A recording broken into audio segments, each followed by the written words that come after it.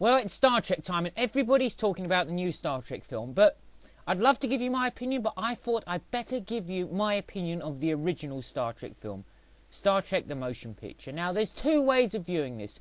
One from the Star Trekkies or the big fans of Star Trek, or one from the movie-going public. Now, if you're a Trekkie or a big Star Trek fan, what did you really want to see in this film? All the original cast? Yeah, we've got that one sorted. What else? The Enterprise? Yeah, we've got that one sorted as well. And what else would you like to see in this film?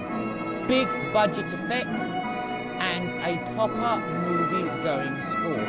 So as far as that goes, the motion picture hits it spot on. Now, it falls short on one. Story, man! They remembered everything else but the story.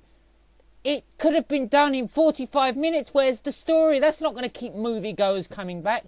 And thinking of moviegoers, what do you think moviegoers would think of Star Trek if they went to see it? You know, the average cinema goer goes to see a film for entertainment. Bored! Right then, let's get back to the film. Okay, we started with what we think are Klingons. So here we are, we're starting with the Klingons for the first time in a what? They're not Klingons, who are you trying to kid, man? What's the funny wrinkles on their heads?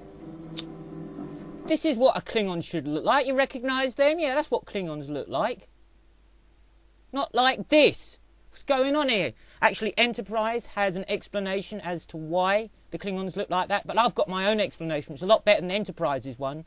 Bill Bailey bred with a Klingon woman, and you know what the end result was? Yes, you've guessed it. Funny, wrinkly foreheads. And you know where they come from, don't you? Now they're going to have Cornish pasties on their heads for the rest of their lives. Okay, let's get back to the film. The Klingons encountered this weird-looking blue thing, and typical Klingon style, they shoot at it first, you know, ask questions later. Okay, so just fire.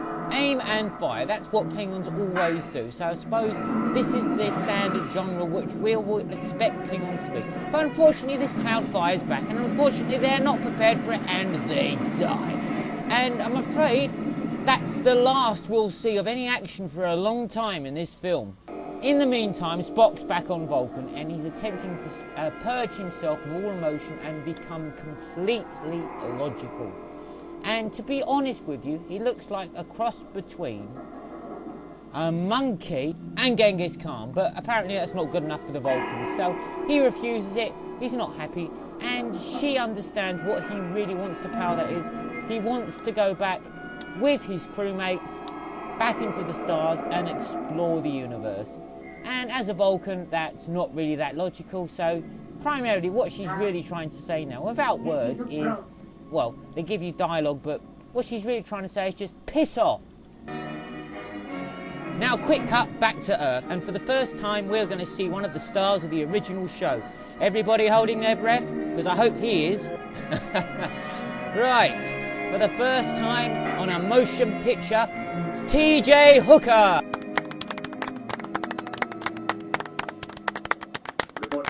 Oh, sorry, it's Captain Kirk. And through 2/3 of this film, the actual dialogue of it requires him to act like a complete dick. Right, let's get back on the story. Captain Kirk's beamed up to a station. The transporters are out because it's a new refitted Enterprise. Scotty's moaning again because that's what Scotty likes to do, is moan. And now the two of them are about to gloat over the fact that Captain Kirk's got his promotion back and he's managed to screw Decker out of it. And you may be asking, who's Decker? Well, we're about to find out. And I'm telling you, he's one really pissed off officer.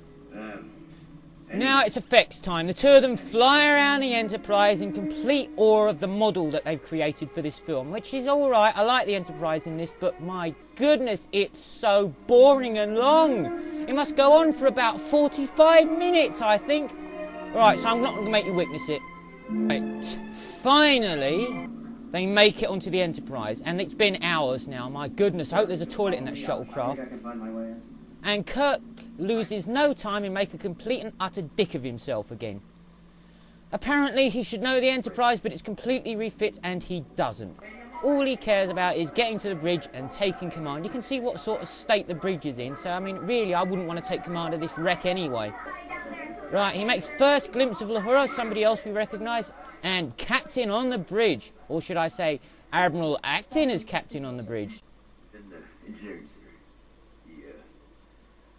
he doesn't know He doesn't know about you, Sulu.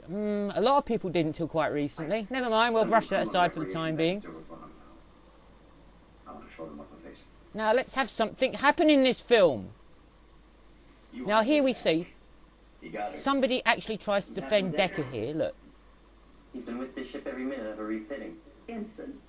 But look how quickly he's slapped back down by Kirk's faithful. Really too busy. I'm taking over the Finally, we make it to the engine room. You what?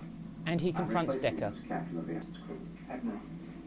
And he's explaining to him that he's taken over command of a ship that he has no knowledge of because it's been completely refit.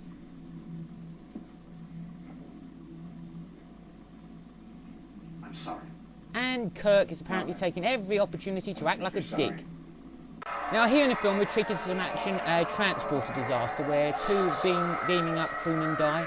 One of them I think being his Vulcan science officer. So now Captain Kirk is without a science officer, but we did have a bit of action at last. Starfleet, do you have them? Now here they all gather on the recreation deck to watch what is effectively the destruction of one of their space stations.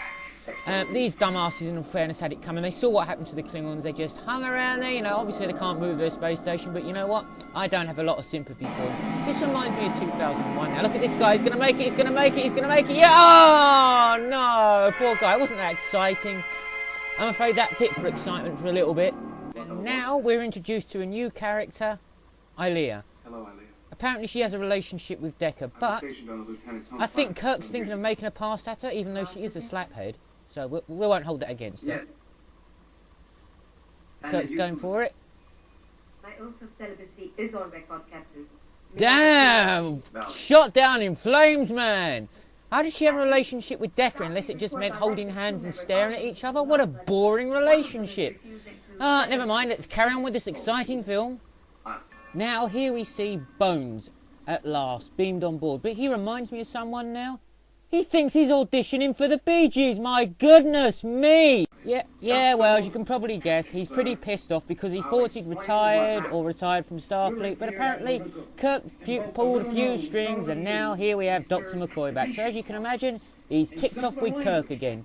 So what else is new? All the characters are well established and back. So now it's time for some more effects, and at long last, they're on their way to intercept the blue cloud. Right, now for some action. They have to go to warp. But the engines aren't quite prepared for it yet. And Kirk, he's not messing around. We haven't got time to hang around. We have to confront this blue cloud. We spent far too much time chatting. Unfortunately, the ship goes into creates a wormhole. I think it's created by some large marble or rock, it looks like, in the centre. I have no idea what's going on. But if the film wasn't slow enough, it starts to get very, very much slower. So here they are, all tripping out like they're on LSD, drugging out.